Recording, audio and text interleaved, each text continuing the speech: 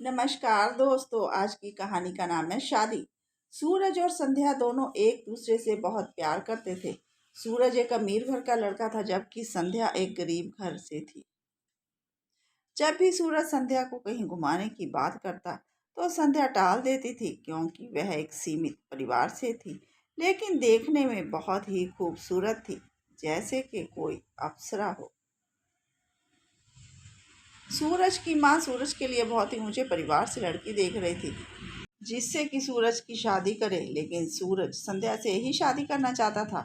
लाख मनाने पर भी जब माँ नहीं मानी तो सूरज अपनी मम्मी की सहेली की लड़की, जो बहुत ही काली थी, उससे शादी करने के लिए मान गया। माँ ने कहा कि बेटा, वह लड़की तो बहुत काली है। तो सूरज ने कहा कि माँ कोई बात नहीं, लेकिन वह बहुत अमीर खानदान से तो है। माँ ने कहा कि अमीर खानदान से हमें क्या लेना, लड़की तो दिखने में सुंदर लगनी चाहिए, बस। फिर क्या था, सूरज ने संध्या की फोटो एक दिन अखबार में निकलवा दी और अखबार माँ के पास रखकर आप चला गया। जब माँ ने संध्या को अखबार में देखा तो वह एक बार में ही उसे पसंद आ गई, क्योंकि संध्या है ही जैसे अप्सरा हो।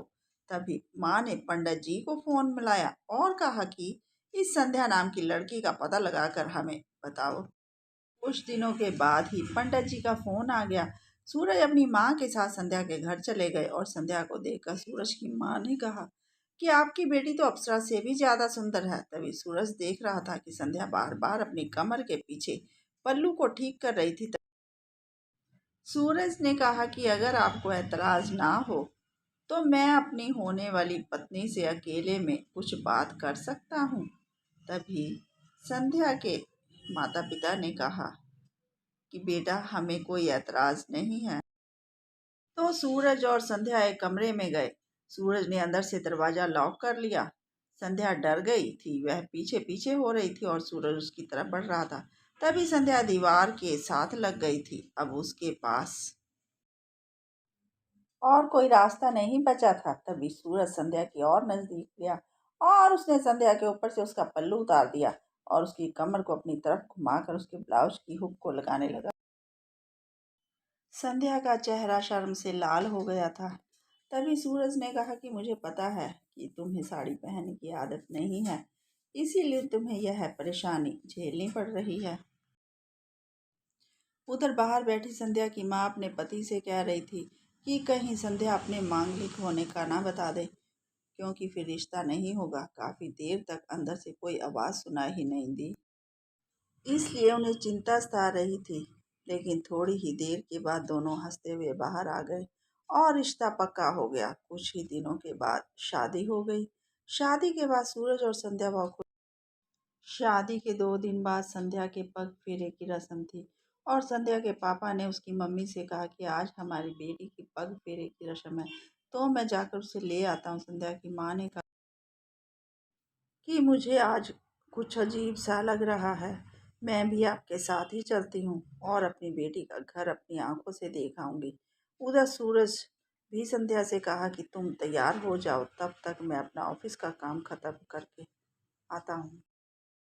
संध्या ने लाल कलर की साड़ी पहनी हुई थी, जिसमें वह बहुत ही खूबसूरत लग रही थी। तभी फोन की घंटी बजी। संध्या ने फोन उठाया और उसके पति सूरज का फोन था, जो कह रहा था कि मेरा बिल्कुल भी नहीं लग रहा है, तो मैं आ रहा हूँ। सूरज फोन पर बातें करते करते गाड़ी चला रहा था। तभी आगे से आकर एक गाड़ी ने उसमें टक्कर मार दी और सूरज की गाड़ी का एक्सीडेंट हो गया, इसमें कि सूरज की जान भी चली गई। फोन में शोर की आवाज़ सुनकर संध्या एक जिंदा लाश की तरह बेड पर बैठ गई। तभी उसके माता पिता भी वहां गए। संध्या को आवाज लगा रहे थे, लेकिन संध्या गुमसुम सी हुई बैठी थी। तभी टीवी में न्यूज आ रही थी, जिसे सूरज की माँ ने देख लिया। यह मेरे बेटे की गाड़ी है, कह रही थी। उधर संध्या की माँ अपने पति से कह रही थी कि मेरी बेटी मांगलिक है, इसीलिए उसके पति का एक्सीडेंट हुआ है। जिसकी सूरज की माँ ने सुन लिया था, वह संध्या को बुरा भला कहने लगी। सूरज की माँ अपने कमरे में गई और वहां से सफ़ेद साड़ी लेकर आई और उसने संध्या के ऊपर दे मारी और कहा कि निकल जा हमारे घर से, इस तरह से उसने संध्या और उसके माता पिता को हमेशा हमेशा के लिए घर से निकाल दिया।